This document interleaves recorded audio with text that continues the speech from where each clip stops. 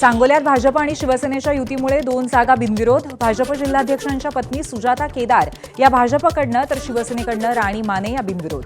शहाजी बापू पाटील यांच्या पुढाकाराने उमेदवारांनी अर्ज मागे घेतला. पाथर्डी नगर परिषद निवडणुकीमध्ये नवा ट्विस्ट. राष्ट्रवादी अजित पवार पक्षाचे नगराध्यक्ष पदाचे उमेदवार संजय भागवत यांची माघार. त्यामुळे आता भाजप आणि शरद पवार यांच्या राष्ट्रवादीत थेट लढत. नाशिकमध्ये 2.5 लाखांची लाच घेताना सिन्नरचे नायब तहसीलदार संजय धनगर एसीबीच्या जाळ्यात. जमिनीचा अनुकूल निकाल लावून देण्याच्या बदल्यामध्ये केली होती तक्रारदाराकडे 10 लाखांची मागणी. पुणे विमानतळावरती एअर इंटेलिजन्स युनिटची मोठी कारवाई. 2,29 लाख रुपये किमतीचा गांजा जप्त. बँकॉकवरून आलेल्या प्रवासी अटकेत तर गांजाही ताब्यात. जळगावच्या भुसावळमधील कुऱ्हे पानासे इथे शेतकऱ्यांनी महावितरण कार्यालयावरती मोर्चा काढला. शेतकऱ्यांना दिवसाऐवजी रात्री वीज मिळत असल्यामुळे शेतकरी आक्रमक. रात्री वन्यजीवांचा धोका असल्यामुळे जीव मुठीत धरून शेतकऱ्यांवरती पीक जगवण्याची वेळ आली आहे. 6 महिन्यात एसटीच्या पॅकेज टूरला भरघोस प्रतिसाद. राज्यभरातनं 4,039 टूर पॅकेजेसमधनं 19,24 लाखांची कमाई.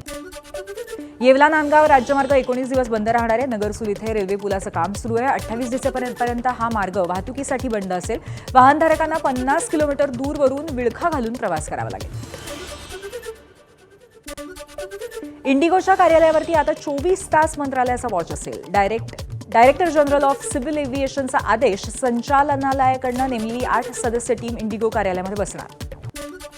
उत्तराखंडमधील उत्तरकाशीमध्ये गंगोत्री राष्ट्रीय महामार्गावरील रस्ता रुंदीकरणाला विरोध तीव्र.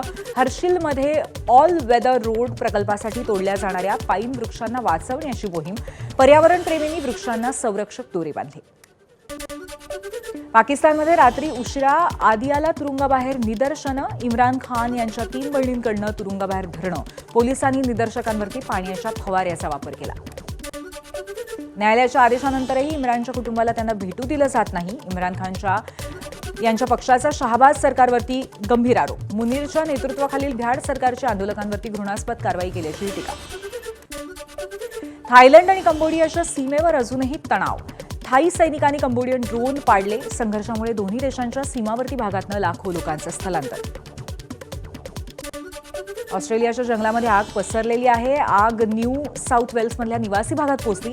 आगीत सुमारे 50 घरं जळून खाक. अग्निशमन दलाकडनं नियंत्रण मिळवण्याचे प्रयत्न सुरू. रशियाची राजधानी मॉस्कोमध्ये पोलिसांच्या गाडीत भीषण अपघात. पोलिसांच्या गाडीने कुरिअर घेऊन जाणाऱ्या स्कूटरस्वाराला धडक दिली. स्कूटर चालवणाऱ्या तरुणाचा अपघातात मृत्यू झाला.